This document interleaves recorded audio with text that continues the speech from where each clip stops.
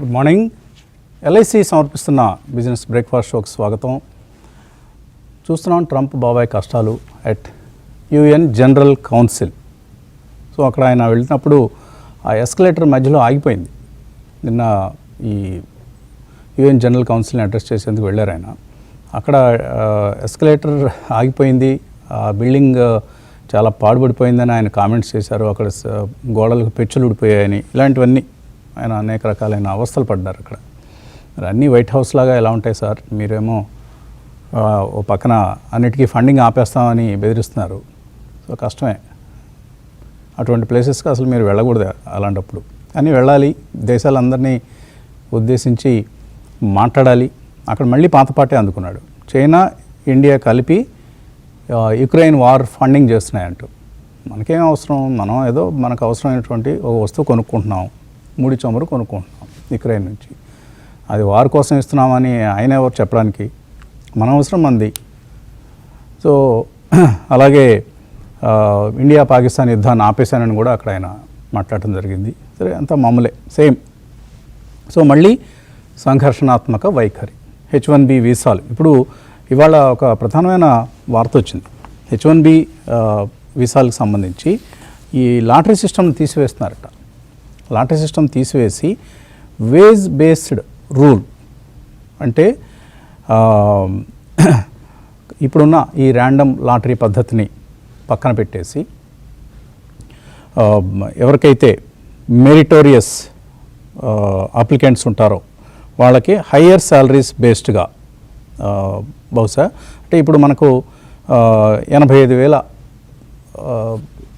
H1B వీసాలు ఇస్తున్నారు సంవత్సరానికి. ఆ 85,000 వీసాల్లో అత్యధికం ఇకపై ఎవరికైతే మెరిట్ ఉంటుందో మంచిదే. ఇదేమీ తప్పని ఎవరు మనం తప్పట్లేం. ఎందుకంటే అసలు H1B వీసాల కాన్సెప్టే మెరిట్ స్టూడెంట్స్కి ఇవ్వాలి, మెరిట్ అప్లికెంట్స్కి ఇవ్వాలి. వాళ్ళు అక్కడి కంపెనీల్లో చక్కగా పనిచేసి ప్రొడక్టివిటీ పెంచాలి. ఇది అసలు H1B వీసా పెట్టడం వెనక ఉన్న ఉద్దేశం. ఆ తర్వాత వాళ్ళకు కూడా మనుషులు అవసరమయ్యారు, మంది అవసరమయ్యారు. మనకు ఇక్కడ నుంచి ఎవరు పడితే వాళ్ళు అక్కడికి వెళ్ళి ఉద్యోగం చేసేటువంటి ఒక అవకాశం దొరికింది.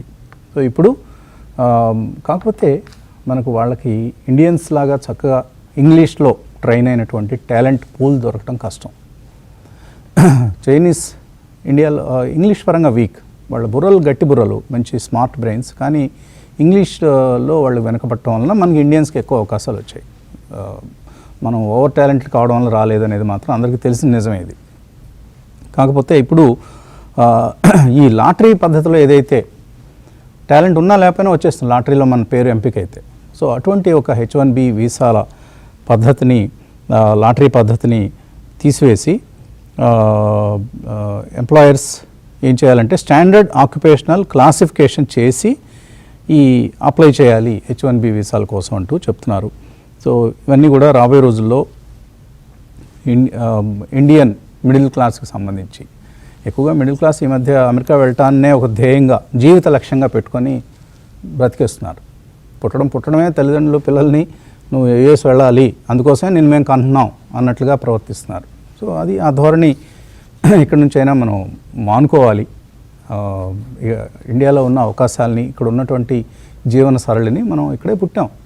మనం అదృష్టం దురదృష్టం అనుకుంటే సరే వాళ్ళ ఇష్టం. అదృష్టవశాత్తు మనం ఇండియాలో పుట్టాం. ఈ అదృష్టాన్ని కాలదనుకొని అక్కడ ఎక్కడికో వెళ్ళి నానా ఇబ్బందులు పడి చేయకూడని పనులన్నీ, చండాలమైన పనులన్నీ చేస్తూ బతకాల్సిన అవసరం, కర్మ ఏంటో అర్థం కాదు. ఇది ఎందుకు ఈ మనస్తత్వం ప్రవేశించింది తెలుగు వాళ్ళలో ఎక్కువ? ఎందుకంటే 85,000లో 70% ఇండియన్స్కి వస్తున్నాయట. అందులో 50 నుంచి 60% తెలుగు వాళ్ళకే వస్తున్నాయి. సో మన తెలుగు రాష్ట్రాల్లోనే ఎక్కువగా ఉంది, మిగతా రాష్ట్రాల్లో తక్కువగా ఉంది ఈ ట్రెండ్. ఇది ఈ వైఖరిలో మార్పు రావాలి. ట్రంప్ వైఖరిలో ఎలాగో మార్పు రాదు, ఆయన ఎలాగో అలాగే ఉంటాడు. కాబట్టి మన వైఖరిని మార్చుకోవడం మంచిది.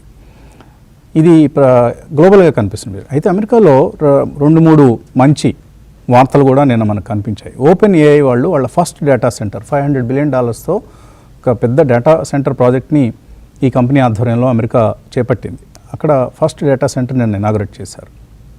అలాగే మైక్రాన్ ఏదైతే చిప్ మ్యానుఫ్యాక్చరింగ్ కంపెనీ ఉందో, ఏఐ బూమ్ కారణంగా వాళ్ళ రెవెన్యూస్ 46% పెరిగాయి. మరొక బిగ్ కార్పొరేట్ న్యూస్ అక్కడ ఎల్ఐ లిలీ, ఇది ఫార్మా కంపెనీ. ఈ company $6.5 billion obesity pills manufacturing కోసం ఒక సరికొత్త ఇన్వెస్ట్మెంట్ చేస్తుంది, ఒక ప్లాంట్ పెడుతోంది. సో ఇది కూడా కాకపోతే ఇన్ని పాజిటివ్ వార్తల మధ్య కూడా యుఎస్ మార్కెట్స్లో లైఫ్ టైం హైని టచ్ చేసిన తర్వాత నిన్న ప్రాఫిట్ బుకింగ్ జరిగింది.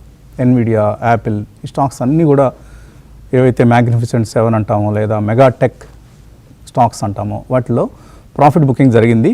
నిన్న యుఎస్ మార్కెట్స్లో కొంత కరెక్షన్ చూసాం. 3 ఇండిసెస్ కూడా నష్టపోవడం అనేది చూసాం. ఇది గ్లోబల్గా కనిపిస్తున్న పిక్చర్. గోల్డ్ 3790 మరొక రికార్డ్ హైని టచ్ చేసి కొంచెం వెనక్కి వచ్చింది. క్రూడ్ ఆల్మోస్ట్ $2 పెరిగింది. రష్యన్ ఆయిల్ సప్లైస్కి ఒక విఘాతం కలగబోతుందన్న అంచనాలతో $68 చేరింది. ఇది గ్లోబల్ పిక్చర్. ఇక లోకల్గా మనం చూస్తే నిన్న డిఐఐస్ కొనుగోలు చేశారు. 21వ సెషన్ 22వ సెషన్ వరుసగా.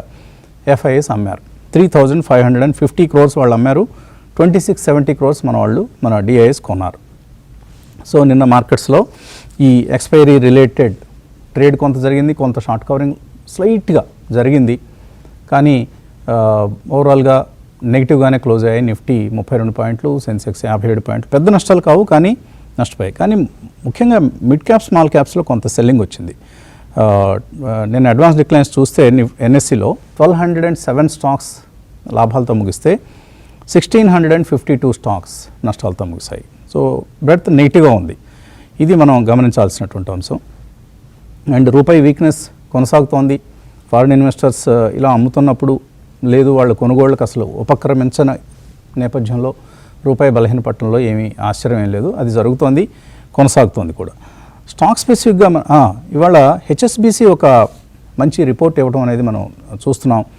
సెన్సెక్స్కి సంబంధించి మనందరికీ తెలుసు HSBC is one of the biggest banks and securities company in USA.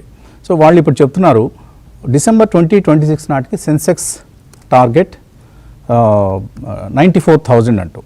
అంటే నెక్స్ట్ 12 to 15 monthsలో సెన్సెక్స్ 13+% రిటర్న్స్ ఇస్తుంది అంటూ హెచ్ఎస్బిసి చెప్తోంది. సో ఇది ఒక మంచి వార్త ఇండియన్ మార్కెట్ సంబంధించి. ఎందుకంటే ఎఫ్ఐఎస్ ధోరణిలో కొంత ఇక్కడ మార్పు వస్తుందా, వాల్యుయేషన్స్ అట్రాక్టివ్గా ఉన్నాయని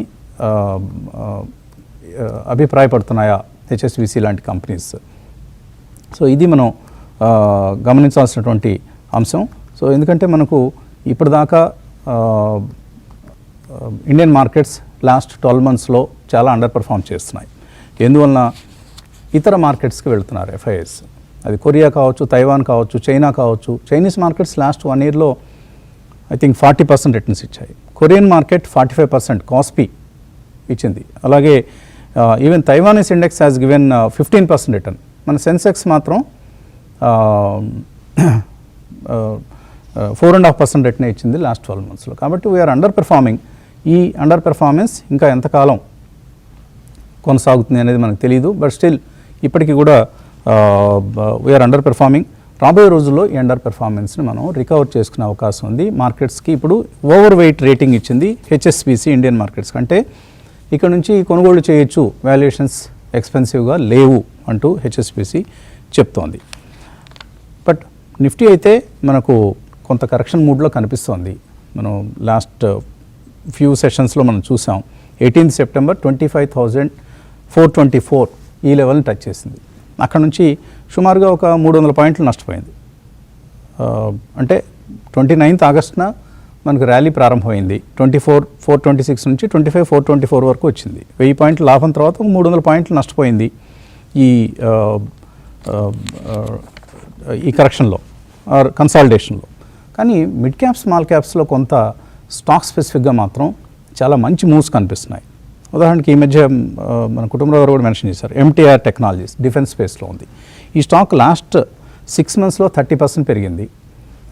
3 monthsలో 15% రిటర్న్ ఇచ్చింది. ఇది because of the defence play. డిఫెన్స్లో ఈ టాప్ రంగ్ కంపెనీస్ ఏవైతే ఉన్నాయో like direct plays like Cochin shipyard లేకపోతే హిందుస్థాన్ ఏరోనాటిక్స్ అవి హై నుంచి కరెక్ట్ అయ్యి కొంత కన్సాలిడేషన్ దశలో ఉన్నాయి. కానీ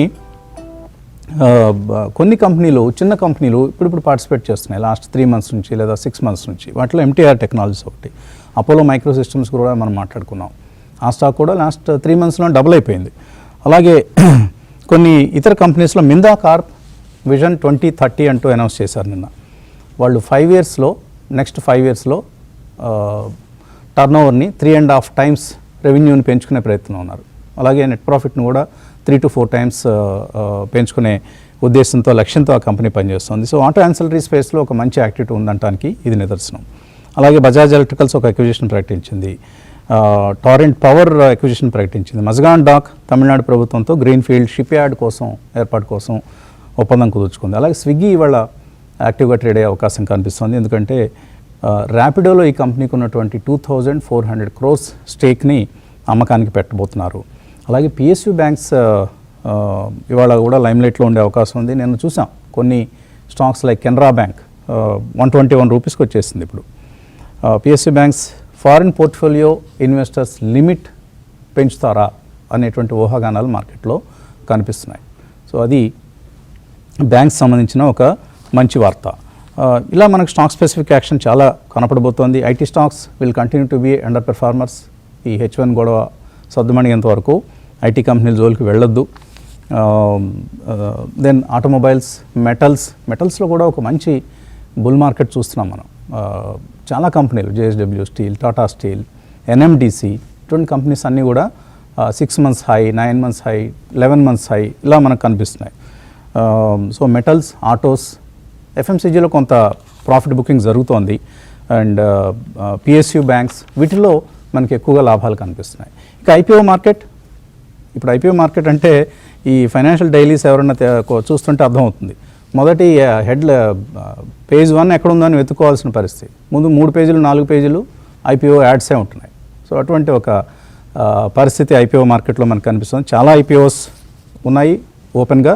ఈరోజు మళ్ళీ కొత్తగా ఈప్యాక్ ప్రీఫ్యాబ్ టెక్నాలజీస్ అనే ఒక IPO, అంటే ఈప్యాక్ డ్యూరబుల్స్ గ్రూప్కు సంబంధించిన కంపెనీ.